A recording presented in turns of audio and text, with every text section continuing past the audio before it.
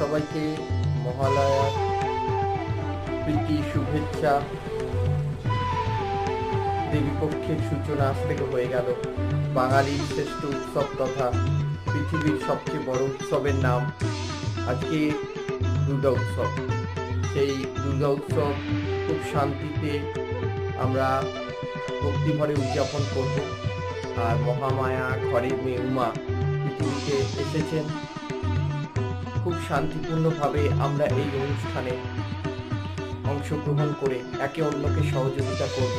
একটি বন্ধুত্বপূর্ণ বাতাবরণযুক্ত পরিবেশ সৃষ্টি করে দশভূজা রণচণ্ডী দেবী দুর্গার কাছে আমাদের একটাই প্রার্থনা, সবাইকে শান্তিতে রাখো, ভালো রাখো, যুদ্ধ নয়, চারিদিকে শৃঙ্খলাযুক্ত শান্তিপূর্ণ বিশ্ব, করোনামুক্ত, দূষণমুক্ত, মনের দূষণ